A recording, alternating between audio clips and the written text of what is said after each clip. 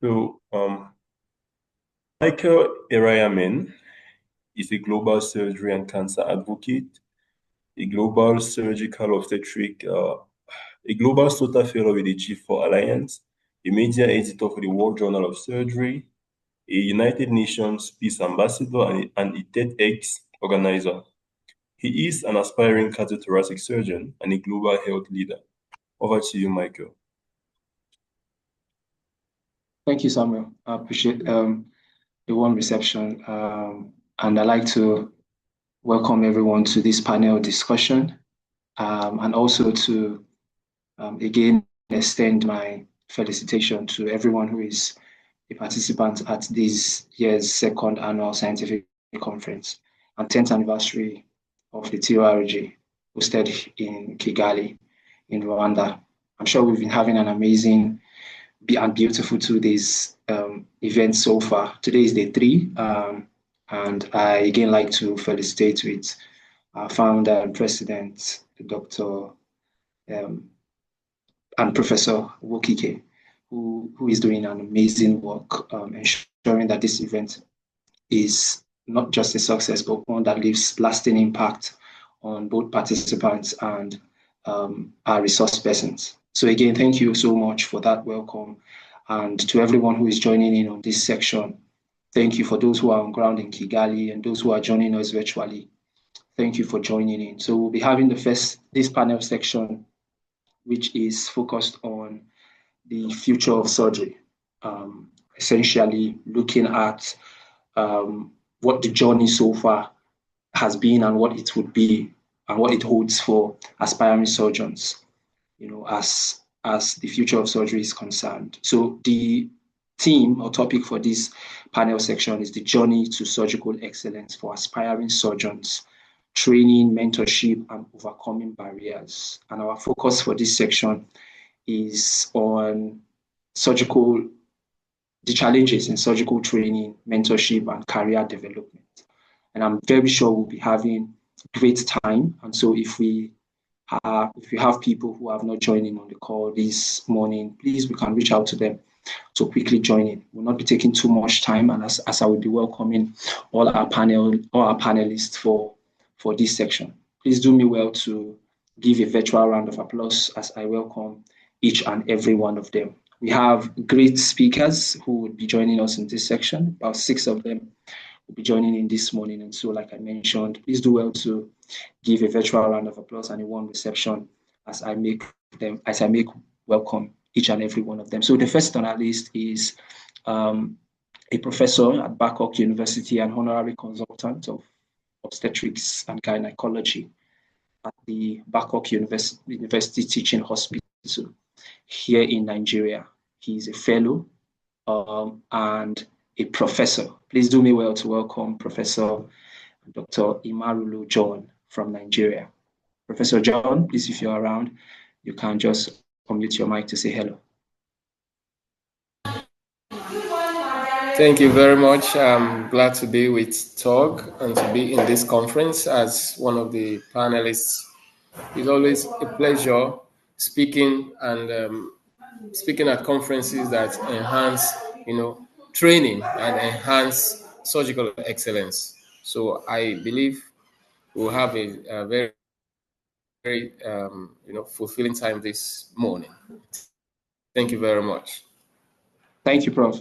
Prof, I was waiting for this section to say thank you for the work you do at Babcock. Just recently, we got news that one of your students had distinctions in every course in medical school. Well done, and thank you so much for doing such an amazing work on your students. I was at Babcock last year for the neurosurgery conference.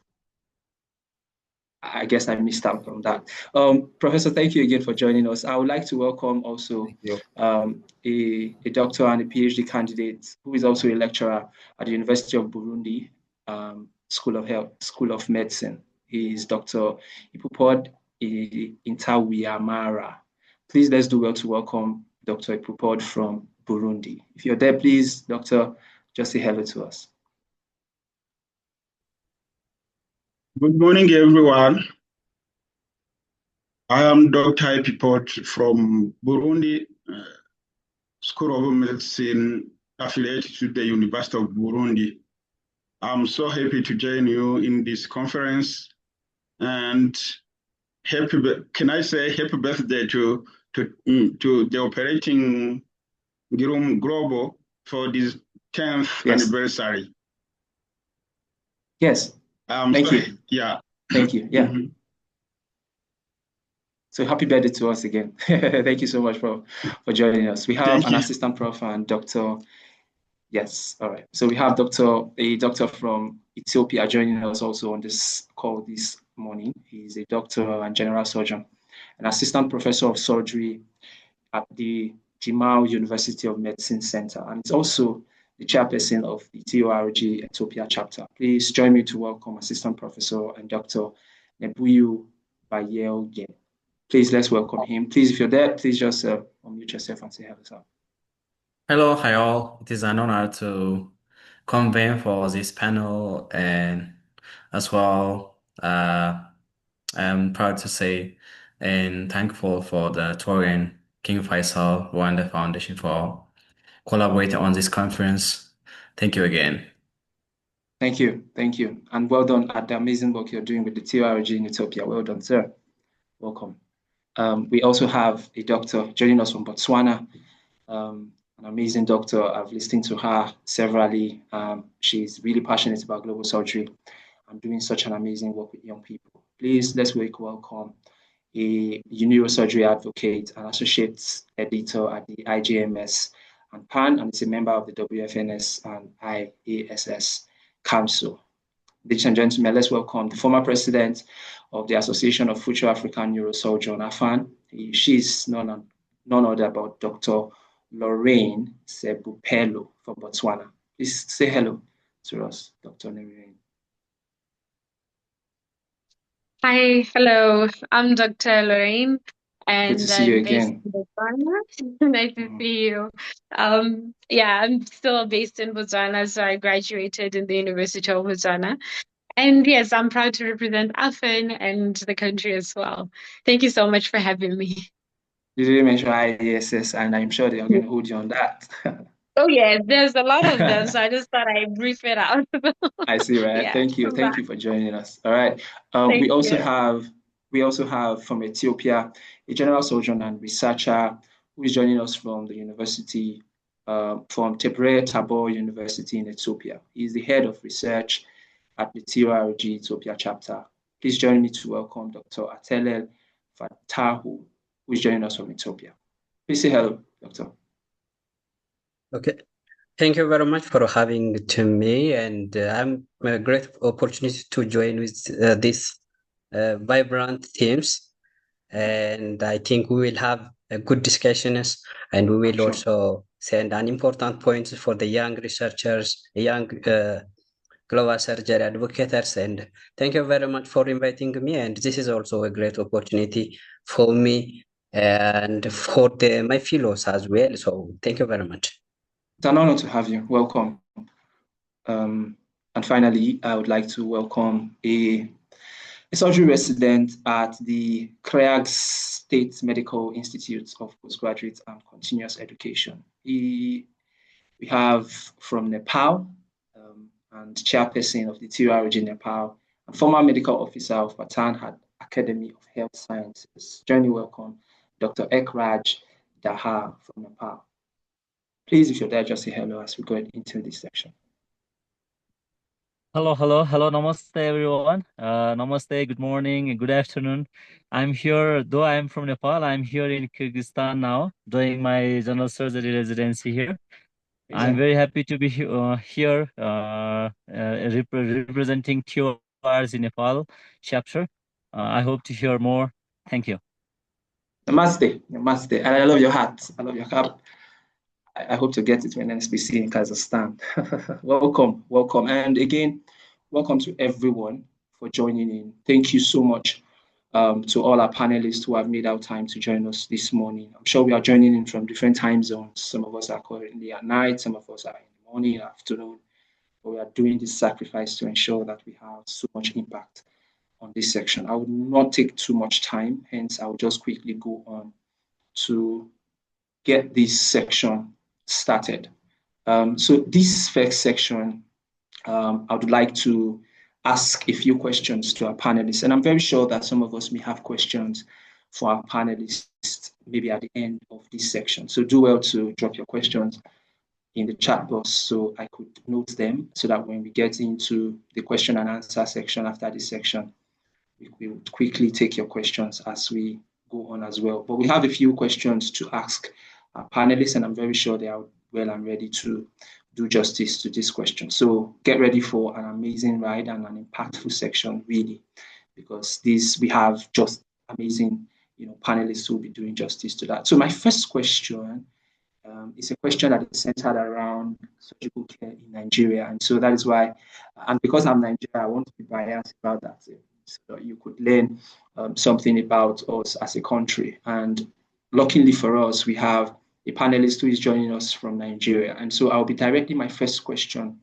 to our panelist who is coming in from Nigeria. And like I mentioned, he's a professor at the Babcock University here in Nigeria. And so my question to him would be that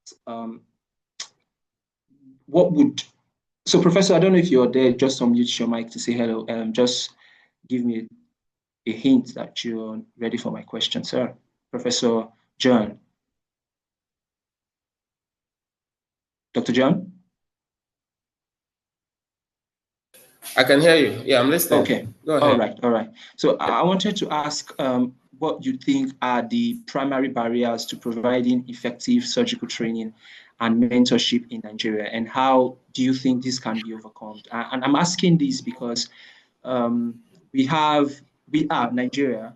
We are in basically categorized into the low medium income country, and most of our surgical, let me not use generally, healthcare, are provided in low resource communities. And so for you as a professor of surgery, what do you think are the primary barriers to providing effective surgical and mentorship, surgical training and mentorship in Nigeria, and how do you think we can overcome them? Especially now that we have this issue of, medical migration and the Japa syndrome, if I may use.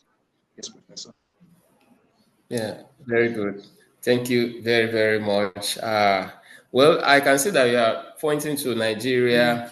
I just want to remind you that Nigeria is the most populous country in Sub-Saharan Africa and in West Africa. So what I'm going to say now, I think speaks for most of West Africa, or probably Sub-Saharan Africa, Sub-Saharan African countries.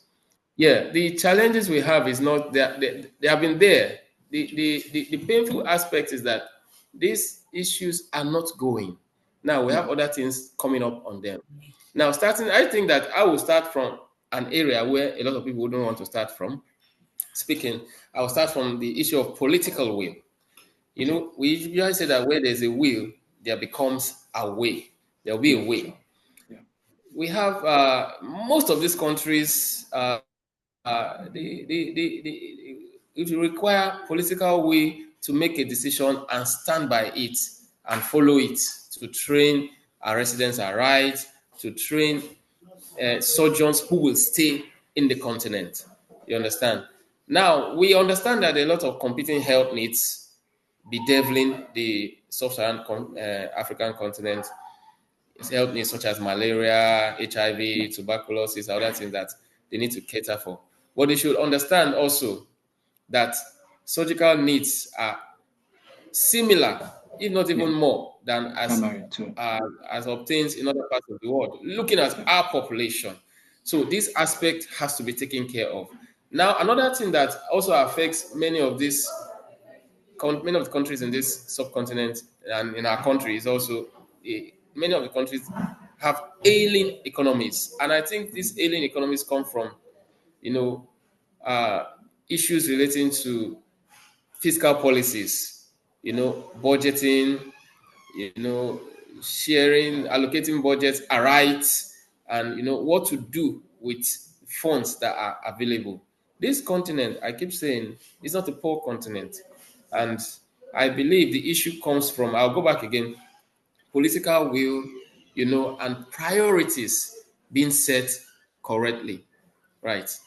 Now, most of our training, most of our surgeons, I must say the truth now, a lot of our surgeons depend on certification from abroad, training from abroad. I had to go through it, for minimal access gynae surgery where I actually practice. And if we look at the cost of this training with the ailing economy, with the depreciating local currencies available compared to the other currencies, dollar, pounds, and the rest, the cost of training has continually increased, and that affects acquiring these skills. And in the midst of it, we have people with surgical needs in Nigeria and this subcontinent traveling out of the continent to receive this care. It doesn't sound right? Another thing that people cite again when we ask them what are the challenges is equipment. We want to train. I've been training now. I want to train. I want to operate. Equipment and instruments presently, virtually 90% or more than 90% of the equipment that we have for surgery are imported. They are not produced locally.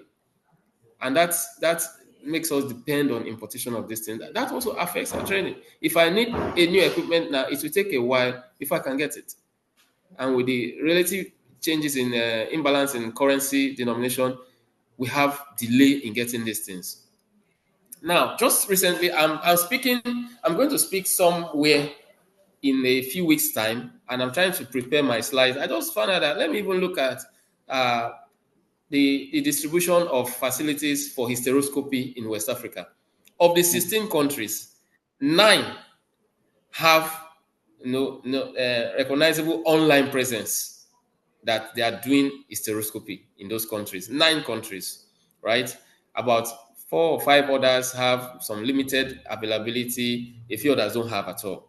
Now, 9 plus about 4 or 5 have at least limited availability of hysteroscopic surgery services.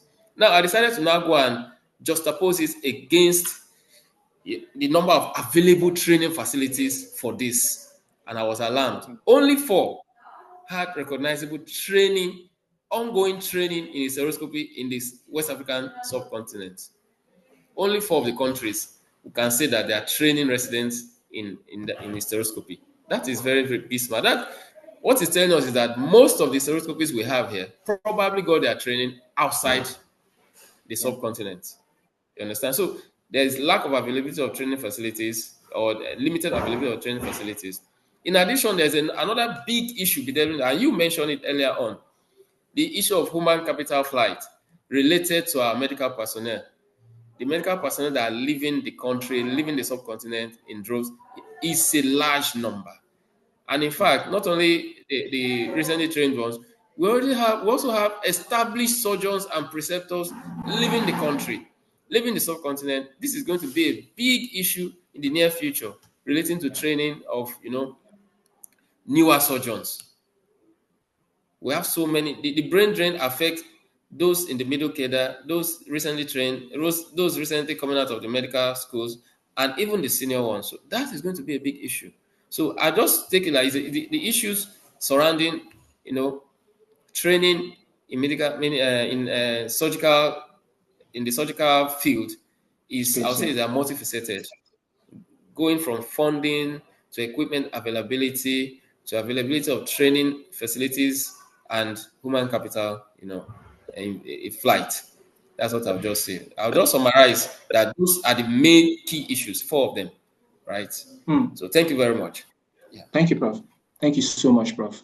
Prof, I totally agree with you that we shouldn't restrict, especially this particular matter, to just Nigeria, and that because these bedevils most of most of African countries, if we are not saying all, actually. But here is another question I'd like to ask you, if you could summarize in 30 seconds to 1 minute. What do you think we can do as natives of Africa to mitigate these issues? Very good. First of all, we need to go back to the drawing board. What are our priorities? What are our needs? I've looked at budgets of countries, developed countries. I've looked at maternal mortality ratio of health indices generally, health indices of developed countries, and I find something different. priorities. Yeah. They set health as a major priority, health and social well-being of their citizens as major priorities. The greatest capital you can ever have is human beings. So if you take care of your human beings, your country will be safe, your country will be good. Now, the politicians, the leaders should go back to their budgets and look at it. What are the areas affecting human beings? Health, education. You understand? And fund those areas. If those areas are well funded, we'll have a lot of people being trained. You know, if the remuneration of the people is good, of the surgeons are good, they will stay in their countries and be happy with what they are doing and train more people. They will not be poached by the developed countries. The fact that, developed countries come to take our doctors here tells us that whatever little we are doing is making an impact. The products we are producing from our training programs are actually high quality. True. So that's what I just think they should do. Focus on whatever improves human life, human quality. That is what the different administrations should actually focus on. Health, education, social welfare. I'll stop there. Thank you very much. Thank you very much, sir. Thank you. Priority is very important. And I think, like you said, some of these developed countries, the priority is on every facet, of their nation, talking about education, talking about health, building infrastructures and ensuring that the life of their citizens, is a priority, and it should cut across every facet. Thank you so much, Professor, for that. And so I'll quickly like to go to Dr. Epipode now from Burundi. And because Professor has tried to give us a broader scope of some of these challenges that we face, not just in Nigeria, but in Africa, I would like you to streamline to Burundi. You are from Burundi. You have a first-hand experience of what it is like to work in the healthcare system. Maybe not just the healthcare system, but it's a space in the Burundi healthcare system. So I would like to ask you, what are some of the most significant challenges you think the aspiring surgeons face in Burundi, especially when it comes to access to mentorship and specialized training?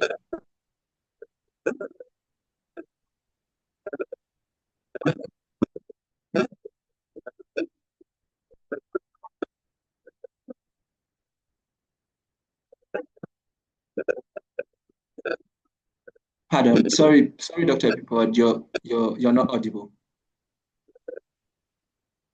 Sorry. I think your earpiece needs adjustment or something. Select another microphone.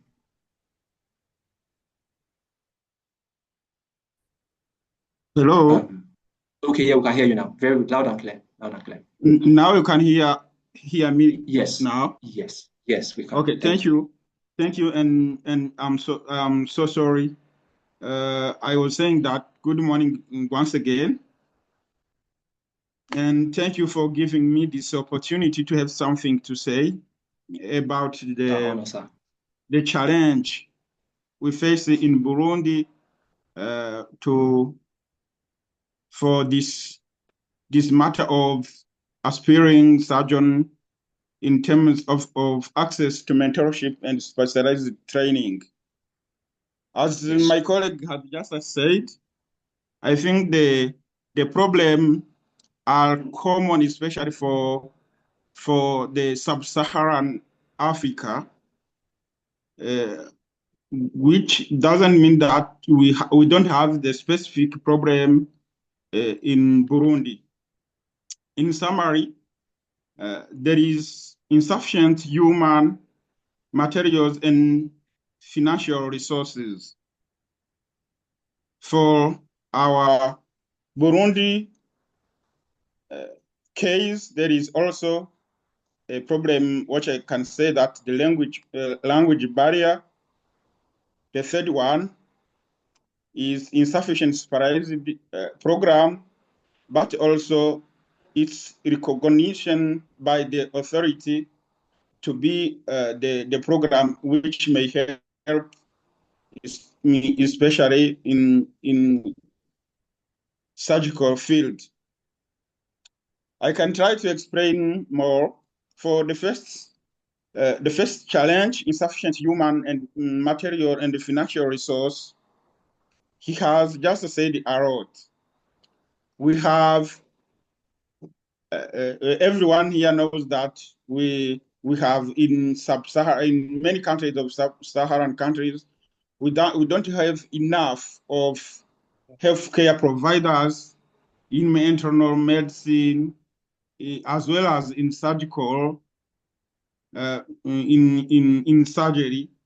That is known, and the problem is that the same not sufficient surgeons, they play the double role to work as clinician, but also to work as teachers, mentors. So it can be very difficult for them to fulfill all those activities at the same time when their number is not sufficient. Also, you know that in surgical field there are different specialization like general surgery, orthopedics, neurosurgery. So to have a good number of those are specialization in different fields and in the whole country for the training and for the clinical work is difficult. I think this is a common problem. For also the material resource, we in Burundi, especially in Burundi, we don't have enough medical schools. We have only, I can say, only two. We have three medical schools with one public school which has a specialized program for surgery. Without saying that it is not all, they are not all the specialists that they have this capability to have a residence. So it's very difficult to have enough specialized surgeon in all field when you have only one school of medicine. For financial, medicine, not only surgery, also medicine is not easy. You have to have financial support to do it. After general medicine, we may have other surgeons to be trained abroad, but also nationally, it needs much money to complete the curriculum, which is not affordable for everyone. This is not also a secret. So we suffer to study in the country because of lack of material resource, but also sometimes it's difficult for us to go to study abroad because of the availability, but also because of the lack of funds.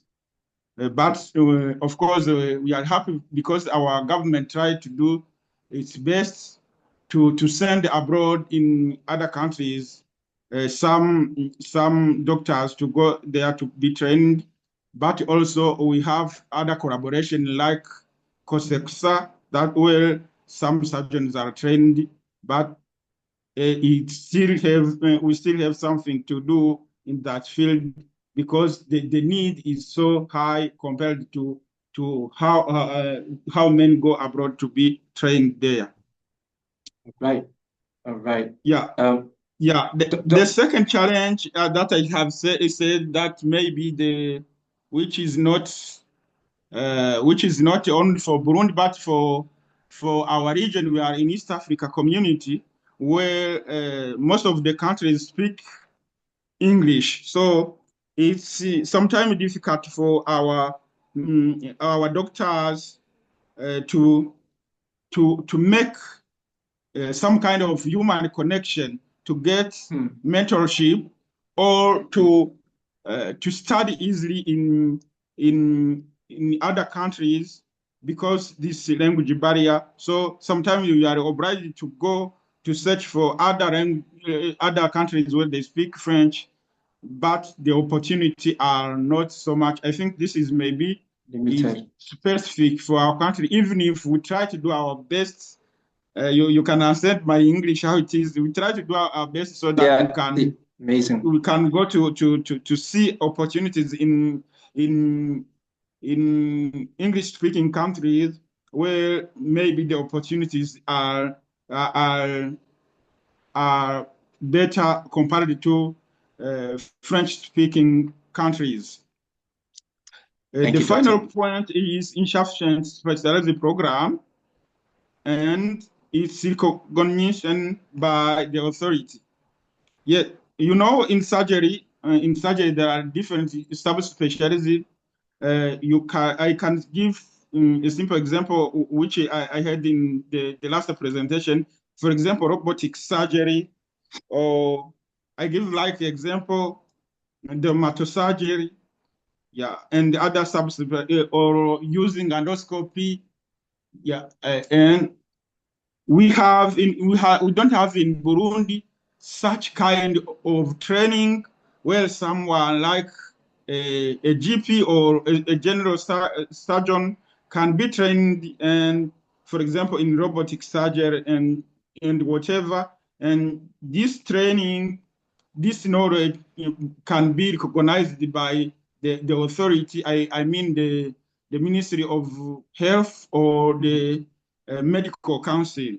So yeah, this is Doctor, I would like to hold you on this thought, especially in terms of infrastructure and the challenges that also surrounds the specialized trainings in Burundi, because I would like to come back to you on that so you can share more light. But I'll quickly like to go to Ethiopia, where I'll be asking Dr. Nebiyou on some of the things some of the initiatives they've done so far that have worked, to see that some of these barriers, especially in Ethiopia, especially when it comes to surgical training and mentorship for aspiring surgeons, is catered for. So I would like to come back to you after now. So Dr. Nebiyou, my question to you, especially when it comes to you heading TORG in Ethiopia, what are those initiatives you've seen that have worked well in overcoming mentorship and training barriers for surgeons in Ethiopia? And what challenges do you think still remain? Thank you very much for the interest of time. I would like to make it quick. So, as the previous panelists talked, there are general challenge in Africa, but there is something different in Ethiopia, I can say. After our launch of the National Surgical Obstetric and Anesthesia Plan to build a surgical workforce, so our government took a dedication to train a massive amount of surgical workforce, and in 2017 or 2018, they started the national residency matching program, in which they plan to train a number of specialty programs, not only surgery, but also other specialty programs. So they have been trying well, and they try to build a surgical workforce in such a way, but still there is a defect, there is a gap in that training, because we were just prioritizing only number, because that time our problem was number, but we should have also considered the quality of the education and training. So now we're coming with the number, even though it's not matching with Lancet Commission for Global Surgery recommendation of 20 SO density per 100,000 population. And here, after the training, I want to focus on the mentorship. So mentorship is just a dynamic and longitudinal supportive relationship between an experienced surgeon with a mentor who provides the training, also shares the guidance, knowledge, skills, and not only this, but also give a psychosocial support to the less experienced trainee, with the goal of increasing competency, professional identity, and also academic goals and leadership development. And when I come on the mentorship side, I can surely say it is very traditional, and it's not taken as part of the cornerstone of the training program, because it is conducted in an informal and unstructured way, and its result is mainly dependent on the goodwill of the mentor, as well as the competency of the mentee. So with this prospect, it has not put institutional support, specifically coming to mentorship. So it needs a good framework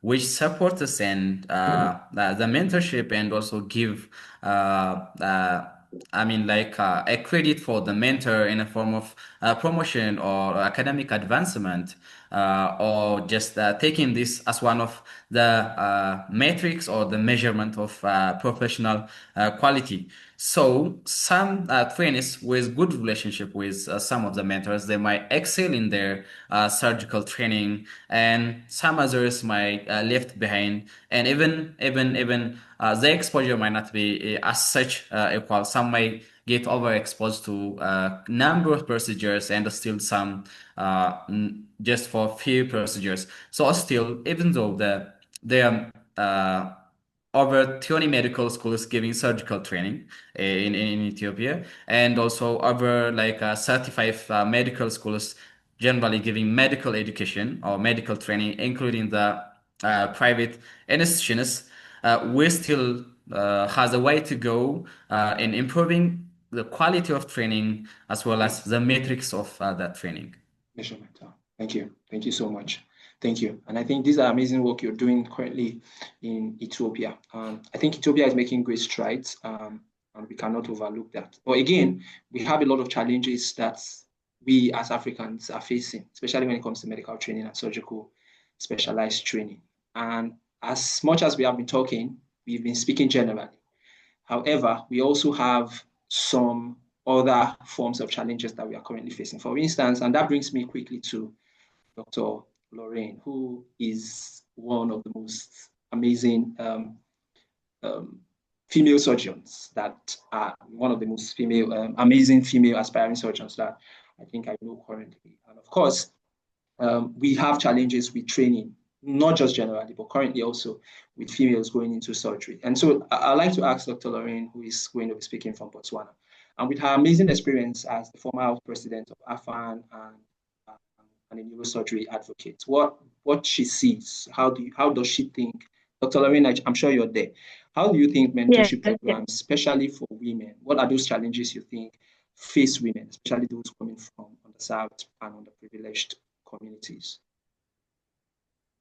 All right, thank you so much. And what I'll be saying will just be in addition to what the prior speakers have already mentioned, is just adding on to that. And what I have realized when it comes to barriers that women may come across and underrepresented groups is that unconscious bias that exists around, and also lack of diversity when it comes to surgery.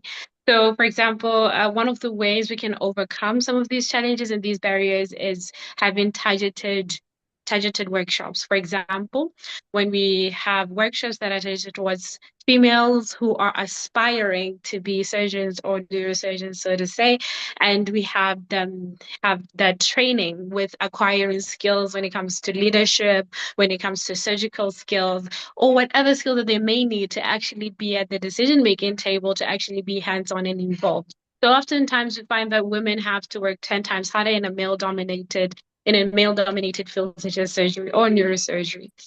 So another way in which we can overcome some of these barriers is having early interventions.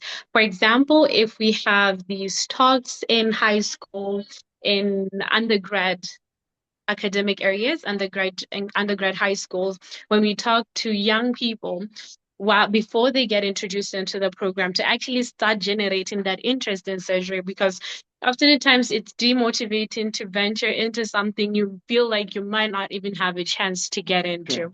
So just having somebody or people around your area telling you or actually coaching you about the journey and how they made it, it can actually be helpful. And this brings me to my next point on having mentors that are like with they're of similar background, they have similar age or even ethnicity. It'll help bring mentees, it'll help make mentees feel a little bit more belonging and a little bit more familiar, and actually see that it's actually doable to pursue their goals in their career and something that they're passionate about.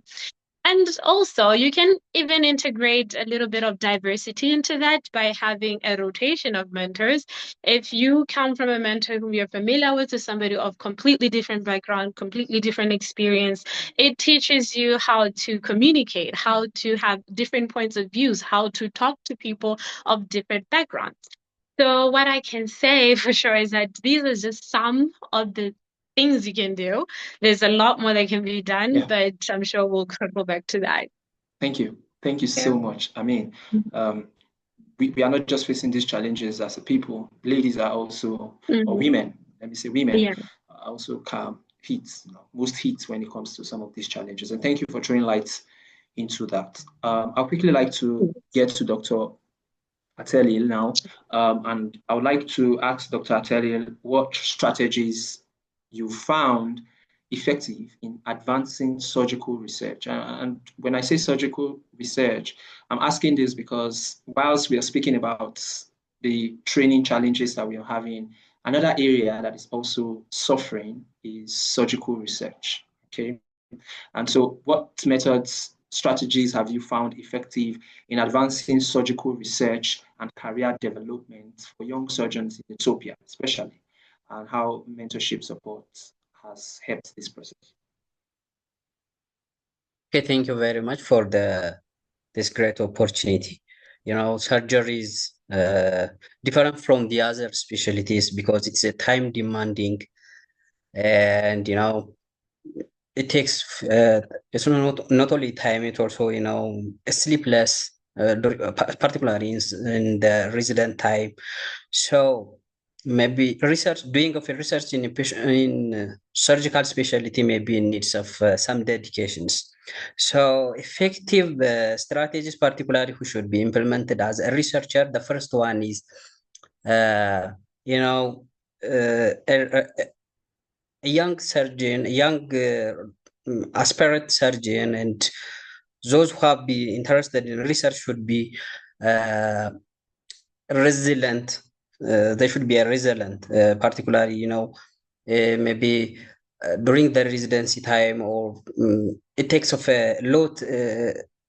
Doing of a research is another challenge after of a residency or a long time procedure time. So should take a residency as a quality of take. Another important point should be is should the surgeon should be self-learning. You know, most African curriculum are not being included research methodologies and some statistical things in the curriculum of a surgeon or the curriculum of a medical education. So so the surgeon should be the self-learner. So you should be taking courses in the online. You should be coursing into online courses. You should be read on others, because most of the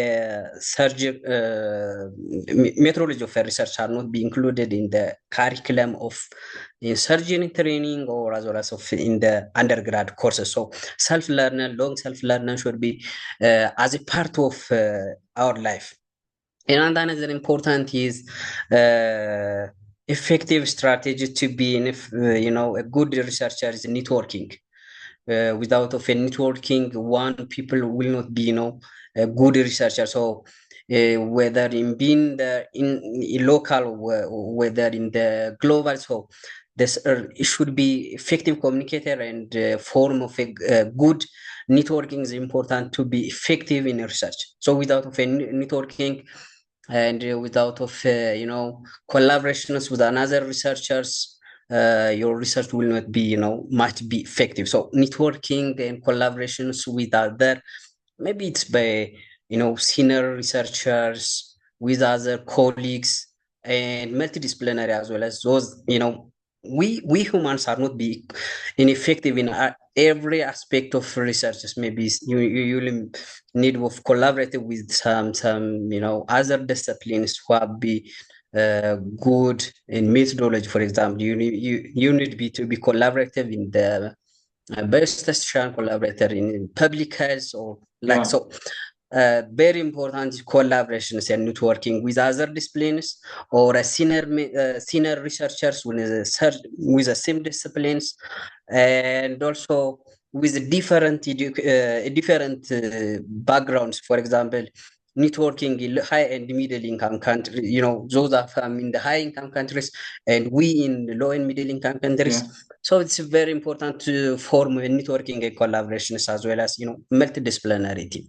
And other important effective strategies for finding mentors. Mentors. Despite of mentors, it's most effective and the most important integral parts of advancing career, personal growth, and professional development. And when we see in particularly low and middle income countries like ours, it's not well implemented. Most of the researchers, specifically for example, in tech in Ethiopians, it's not a part of a curriculum. It's not a part of a training, despite of its most effective. Despite training is starting in 8th century before Christ. Despite of that, we are not still implemented. So a young researcher, young aspiring surgeon should find a mentors who able to lead their talk the important topics which leads, and they will give it some answerable questions. Sometimes it's not only interested to doing research, it should be answerable. Our topics, our interest should be answerable and should be focused in the current and should be feasible and should be achievable. It's not only interest. So the mentor will be guide which topics will be answerable, which should be feasible, which should be fit for that young researcher. So finding a mentor and link with that mentor is another important and effective strategies to be a young researchers. And another important is securing grant and maybe securing grant. Sorry, I wanted to hold you up on collaboration. While I like you to talk about grants, because I think it's one of the most important things that young surgeons, aspiring surgeons, will want to know. How do we get funding to fund some of our dreams and aspirations, especially for those who want to go out, get external practice or knowledge, and then come back, export it back to Africa. But I would like to hold you on collaboration, because international collaboration is very important as one of those tools to overcoming some of the challenges that we face, especially as aspiring surgeons. So I'd quickly like to ask Dr. Ekraj from Nepal, what are those, how do you think international collaboration can help to overcome some of the challenges you face, especially in Nepal? How do you think international collaborations can help?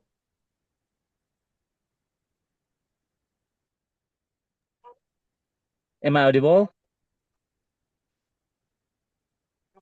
I hope I am audible, right?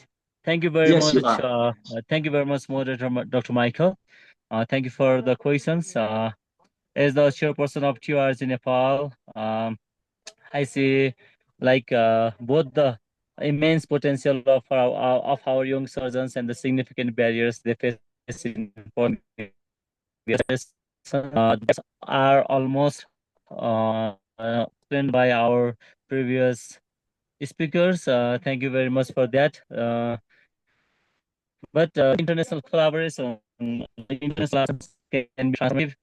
By working together, we can expand. The number one thing is for the aspiring surgeons, or to limit and to proactive their trainings. In terms of through visiting professorships, simulation centers, and mentorship programs, And also teleeducation and virtual mentorship can help bridge geographical divides as when I want to explain about the barriers like rural area and then and the city area like in geographical conditions like Nepal. So teleeducation and virtual mentorship also it geographical divides in rural medical graduates or rural medical doctors in Nepal can still learn from a global expert. For this, I just want to give you information that I'm here now in 4,500 meters altitude here for some medical camps, and then I'm on the way to this program here in the camp, and I'm uh, speaking now in our as a TORG chapter, TORG Nepal chapter regarding our panel. So the television virtual mentorship also can help in a wonderful way, in a good way, so that rural student can learn from a global expert, as I said earlier. And another is exchange and fellowship programs, both surgeons or the surgeons from Nigeria, Burundi, Ethiopia, Botswana, anywhere, anyone from one place to another place, exchanging and fellowship programs, both sending to abroad and welcoming international trainees here in Nepal or here in Kyrgyzstan can foster true two-way learning. And it's it's like speaker told, just like our previous speaker told, joint research projects. It cannot only build academic capacity, but also bring global attention to individual countries' unique surgical challenges. Like in Nepal, we may have some different surgical aspects. So knowing different unique surgical challenges, it can be helpful. And finally, policies can force development at the national level or regional level or international level. I believe international collaboration is not simply about transferring resources. It is about building sustainable partnerships so that you will be learning not for only for few way, but not only for durations. It will empower doing partnership that empower aspiring surgeons in Nepal to serve their communities, not only in Nepal, in the world, with these skills and compassion. And in doing so, we contribute to the global mission of equitable surgical cure or global surgery cure for all. Thank you. Thank you. Thank you. I would have loved to do a follow-up question to you because you've already started to give some of the amazing advice you would be giving aspiring surgeons in Nepal. But I see that Professor John already scrubbed in for a section.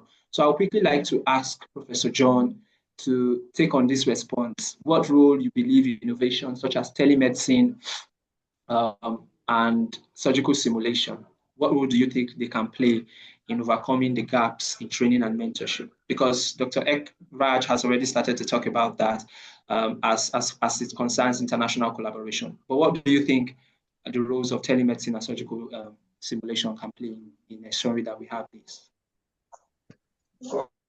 Thank you very, very much. Thank you for giving me the opportunity to speak again. Like I said, I'm excited at speaking in this kind of events. Now, telemedicine involves, achieving the goals of medicine, surgery, remotely. I'll just use that terminology, remotely. It breaks the barrier created by distance. Ever done? We're done via telemedicine. Surgeon in the Americas, patients in Europe, surgeon in one state in the United States, patient in another state in the United States. So that's how good telemedicine have been. Now, in relation to surgical training curricula, most surgical training curricula walk around giving didactic lectures, using videos to train surgeons, using mannequins for simulation, clinical observership, dry box simulation, animal simulation, using animals, to simulate surgeries before you get to the advanced form of using supervised human surgeries. Today, we now have, in addition, artificial intelligence models being used in training surgeons, especially minimal access surgeons, and virtual reality training. They are all available. One good thing I want to talk about telemedicine's involvement in these aspects of training curricula is that telemedicine can apply to virtually all of them. It can help in all of the stages in training curricula. Telemedicine can bring trainees, with experts, that's great experts, because the distance barrier is broken. You can meet the great surgeons in the United States, great surgeons in Europe via telemedicine, so that you can have quality training. You are not limited. It also reduces the effect of cost of need to travel. You need to travel to go and meet them. Like we said earlier on, that's one of the barriers to training, especially in sub-Saharan African low middle-income countries like Nigeria that we have. So that reduces the need for you to travel and the cost of traveling. Now, it also helps, standardizing your training. You want to train, you want to be sure that you were actually trained by the correct hands. The surgeons are trained by the correct hands. So telemedicine brings them in conjunction with accredited training programs, accredited preceptors and trainers. It also fosters hands-on in a local and a typical scenario. Let me explain that. You are working you have reached the level of working on human subjects, patients.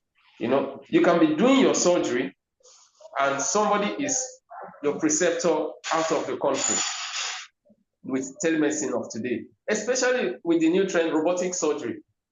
Robotic surgery breaks the barriers of distance. So you can be doing your robotic surgery in your country, on your own patient, in your own clinical scenario, typical scenario, in your relaxed surgery in a theater with a preceptor in the United States, for instance. That can help you work on your own local scenario. It can also, telemedicine can also enhance collaborations.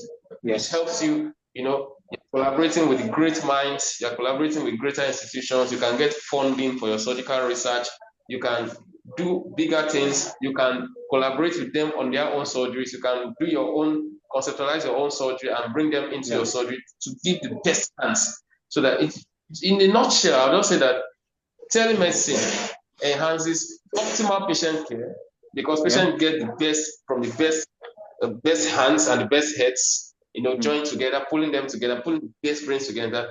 And also, telemedicine will also foster greater quality of training for those who are in surgical training. That's what I'll just say. Thank you, Professor. Here. Yes. Thank you, Professor. Thank you very much. And like we've seen, you're already scrubbed in, and we wish you a successful surgery, Prof. Thank you so much. I'll run away now. Yeah, we can allow you. We can allow you. So enjoy you. Definitely, Prof. Thank you, Prof. All right. So I'll quickly go back to Dr. Erhayanmen. I was asking you about some of the advice you would give to aspiring surgeons in Nepal. And so I would like to quickly take that. Dr. Erhayanmen, are you there?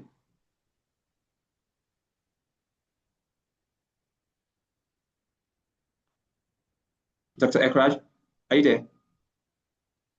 Yes, I'm here. All right, so quickly, let's have some of the advice. Here, yes. Let's continue from the advice you were giving to some of the aspiring surgeons in Nepal. And how can TORG actually help to... Yes, how can TORG come in? Yeah, thank you very much Dr. Michael and Dr.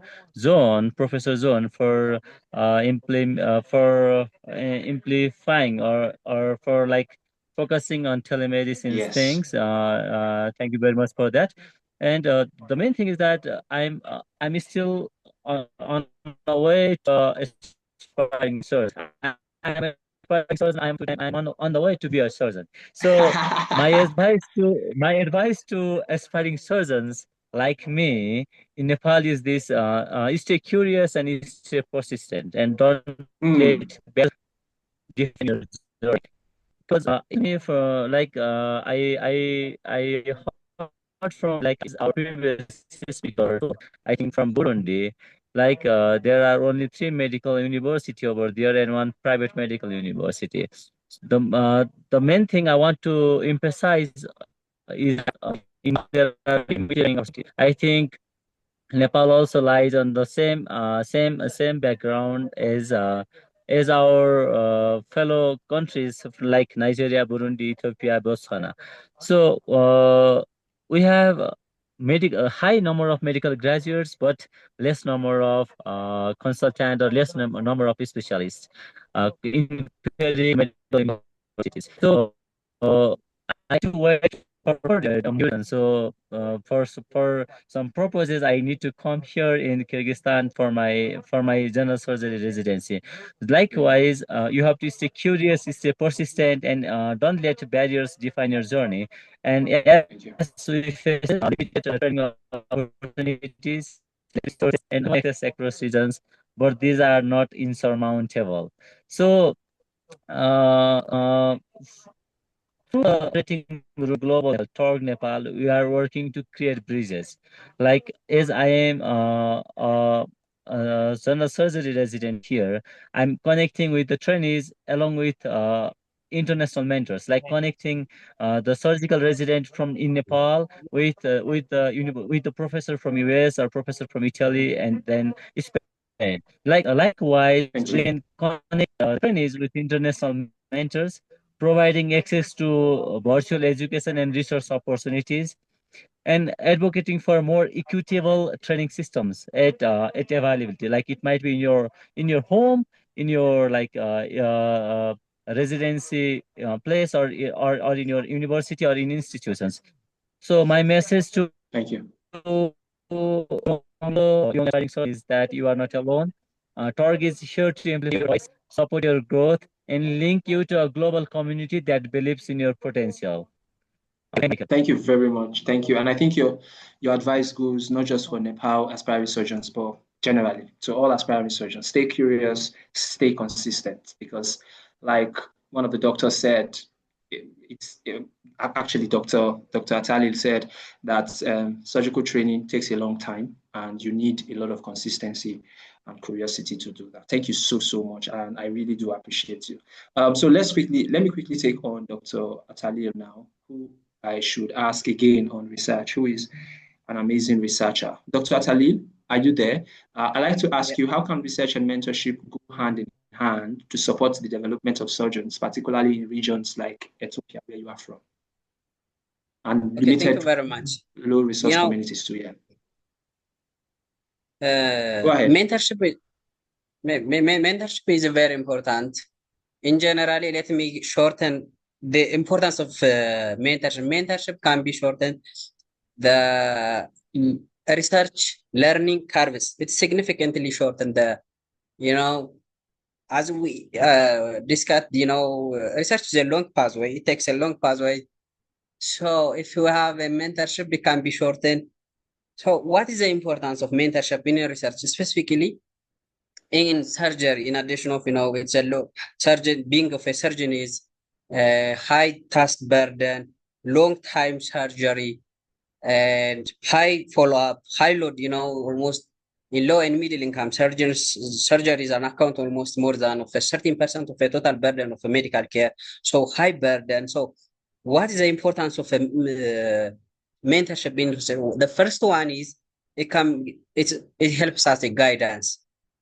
With a scratch, starting with a research in a scratch is very, very difficult. So if we have a mentor, experienced mentor, so it can be guide with the answer, which is in terms of feasibility, in terms of methodology, in terms of the publication process. So it guides our researchers. And the second is mentorship. It helps us to increase our network, increases our funding, and also increasing of international partnership. For example, in one young surgeons who have been, in the OR and, ambitious to do a research.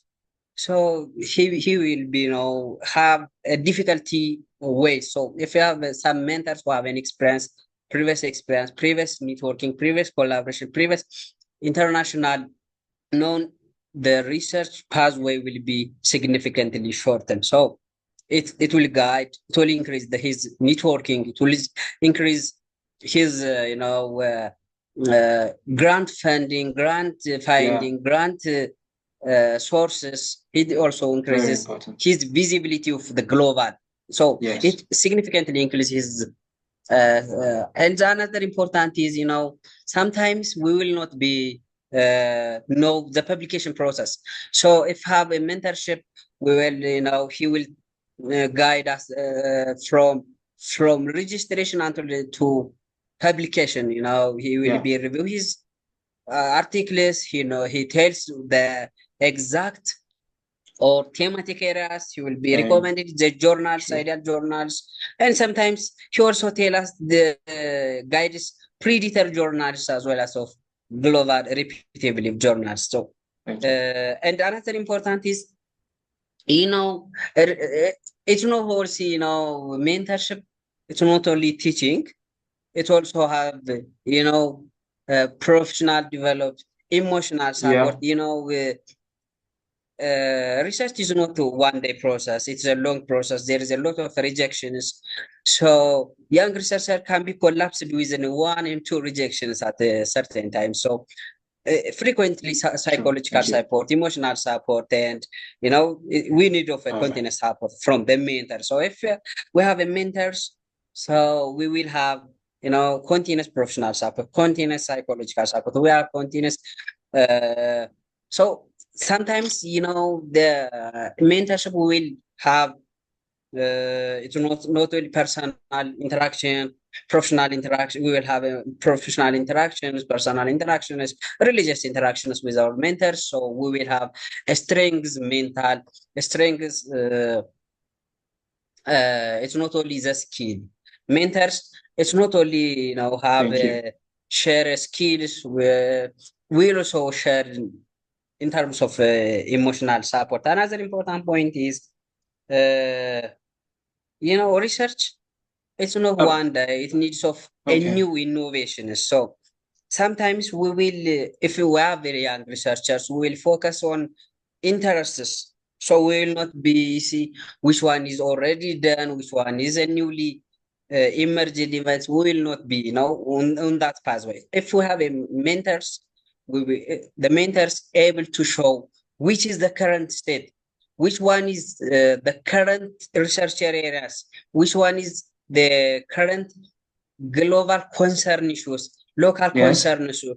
So regard with that, maybe the mentors will be guide from scratch until to the publication process. Thank you very much. Thank you so much. Thank you. That was really, really eye-opening. Thank you so much. I would like to go to and please, Dr.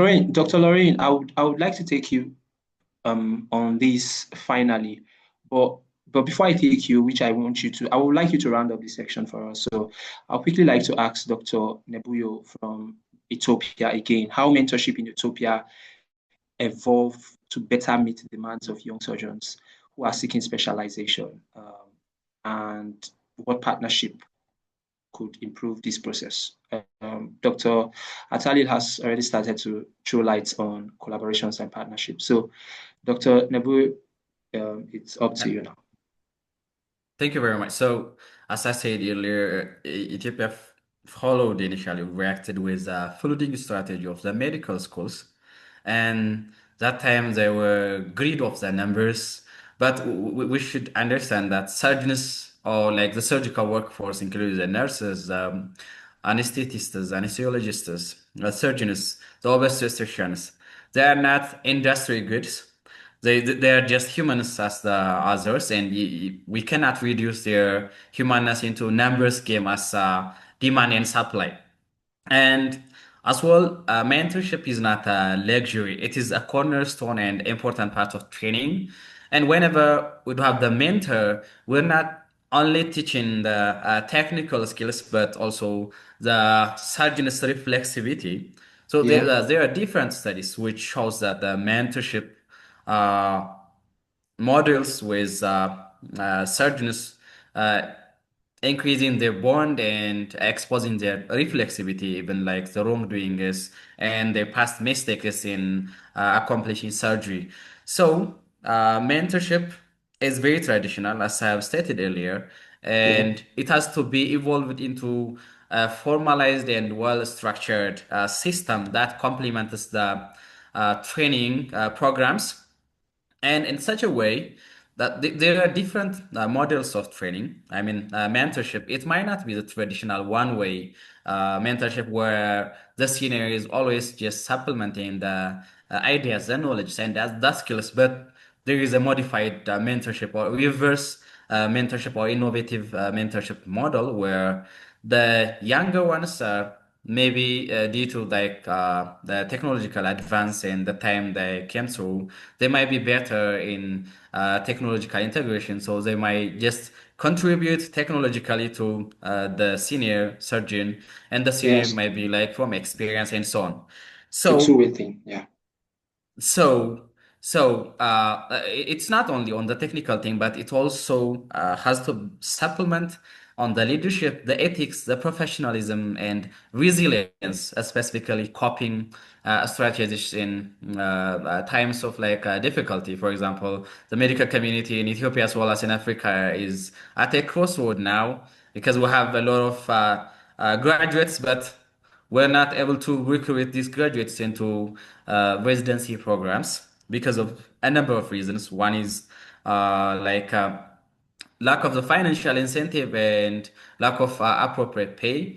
So this needs resilience and coping. So effective mentorship has to also address some of the strategies to cope these things. And mentorship, in addition to institutionalization or formalization, it has to be also engaging with other collaborators like South collaboration. Like in our case, it might be with COSIXA countries, member countries, or with WACS or West African College of Surgeons, or it might be North to South collaboration.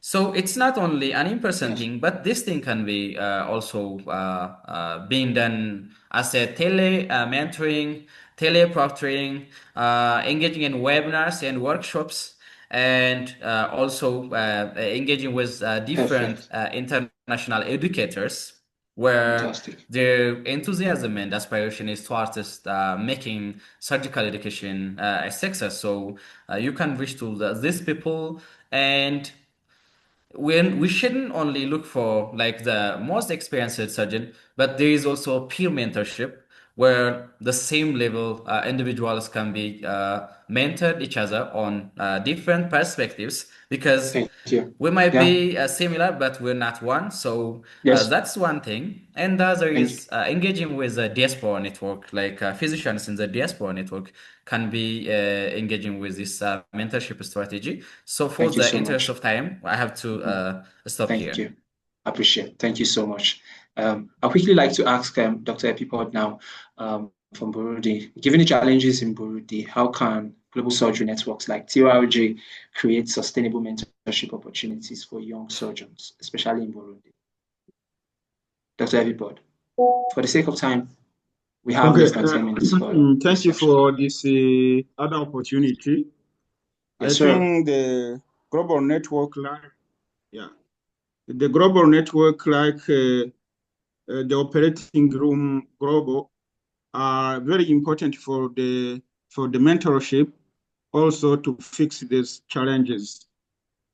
Because if we try to join these communities, of course, we will find other professionals in our field, in our different specialization of surgery, our seniors. So they can provide, they can give us, they can share with us their experience, and it can help to push us. Sometimes, as I have just said before, sometimes you will find 2, 3, or 5 young surgeons in one specialty without a senior, like a professor, who can work like their mentor, who can share with them his experience. So when we join the global community, like the operating room global, of course, if we miss such experience in Burundi, maybe we find it in Nigeria, maybe we find it in Nepal. Then we will build, that time we can build a kind of human connection.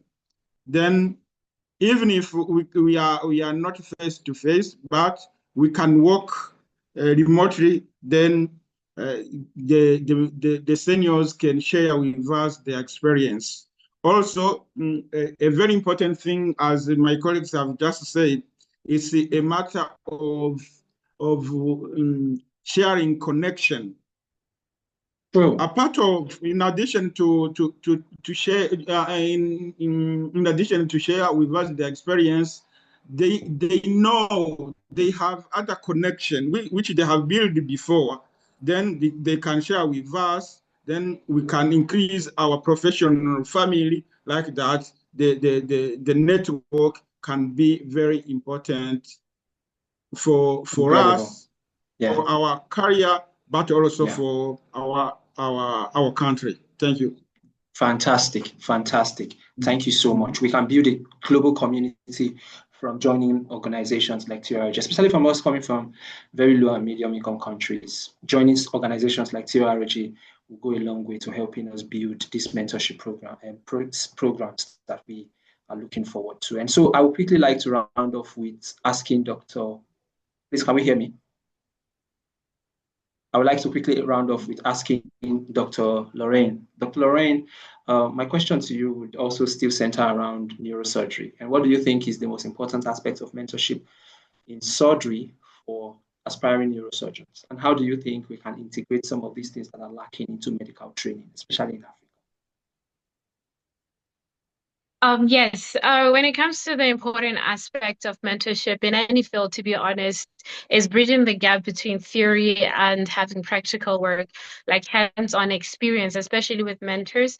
For example, for me personally, my mentor has done a great deal and has contributed a lot to my passion, and often has been a great part of my development. So I would say when it comes to bridging the gap, and one of these things, like as already mentioned, having mentors, like he said, can be from first year, being mentored by a fifth year or final year, even a surgeon with a student. Honestly, adopt a student is like teach one.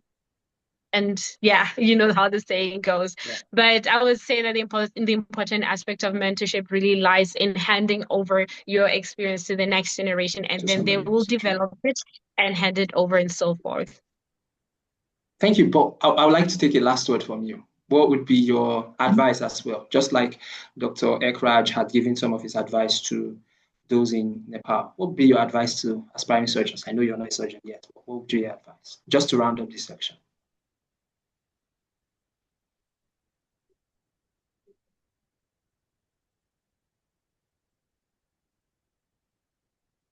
Dr. Lorraine, are you still there? Okay, all right. But yeah, this has been an amazing eye-opening section, and we're constrained by time. Would have loved to continue to hear what we want to say. Before I round off this section, I'd like to quickly give a shout out to everyone who has contributed immensely to my training, to my growth, and I'm sure you would want to also do that as well. Particularly, I'd like to say a big shout out to the Eagle herself, our president, and our founder, who is doing such an amazing work with young people, not just young people, but professionals across every sector, especially when it comes to surgical care. Thank you so much for what you're doing for us as young people. And for me particularly, I'd like to say thank you to Adebusola, Professor Adebusola, for being an amazing mentor. And to everyone who is also a mentor to young people, well done and kudos to you. Do not stop passing your torch down to the next generation and ensuring that the lights that you've lit continues to light across the tunnel. This has been a beautiful section, and I'm sure we have amazing key takeaways. But I would like to say that in this section, we've had robust conversations centered around some of the challenges we faced, especially when it comes to surgical training and mentorship, especially in low medium income countries and low research settings like the one that we find ourselves in Africa. For me, in Nigeria, we've also seen how we can, how initiatives such as the TORG is working, such as places in Ethiopia working to ensure that these challenges are bridged, especially when it comes to mentorship. And I'm hoping and I'm trusting that most of the takeaways we have from this section would go a long way to changing our lives and changing our environment. It has been an amazing section again, and I would like to say thank you to all our 6 panelists for doing an amazing work, and for everyone who has joined in on this section. Thank you. The program continues, and our 10th anniversary also continues. I'd like to hand off to Samuel as he takes it over from here. Thank you. Thank you very much, Michael. That was excellent moderation, and big shout out to all the panelists who did an amazing job. It was really great learning about mentorship and learning about how to inspire the next generation of